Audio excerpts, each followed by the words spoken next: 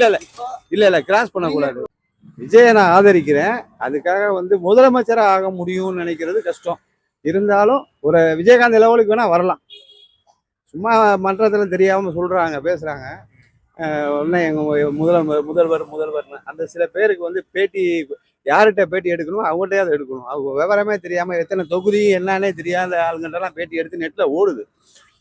அது கரெக்டான விவரத்தை அவர் அறிக்கை கொடுத்தாருனாக்கா விஜயகாந்த் லெவலுக்கு வர்றதுக்கு வாய்ப்பு இருக்கு. விஜயகாந்த் லெவலுக்கு இல்ல இல்ல இல்ல இல்ல கிராஸ் பண்ணக்கூடாது. நீங்க பேசுறப்போ கிராஸ் பண்ணக்கூடாது. இளைஞர் ஓட்டு பொறுத்தளவுக்கு ஏன்னா நிறைய பேர் இல்லன்னு சொல்லல. இளைஞர் ஓட்டு ஃபுல்லா விடும். என்ன ஒரு வாட்டி மாத்தி ஜெயிக்கணும். ஒண்ணு இவங்க ஜெயிக்கிறாங்க இல்ல இவங்க ஜெயிக்கிறாங்க. ஜெயிச்சு என்ன பிரச்சனை இருக்கு? இந்த ரேஷன் ஆட்சியில நிறைய நல்லது செஞ்சிருக்காங்க. திமுக ஆட்சியில எல்லாத்தையும் எடுத்துட்டாங்க. அதாவது மகளிருக்கு படிச்ச பிள்ளைங்களுக்கு காலேஜுக்கு தாலிக்கு தங்கம் கொடுத்தாங்க.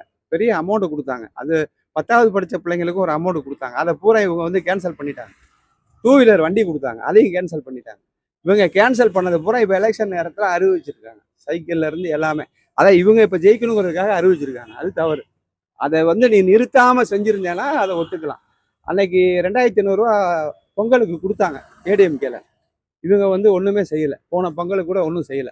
இப்போ எலெக்ஷனுக்காக எது வேணாலும் செய்வாங்க. அது மட்டும் நல்லா தெரியுது. கண்டிப்பா ஏடிஎம்கே வரும் நம்பிக்கை இருக்கு. அவ்வளோ. ஓகேவா?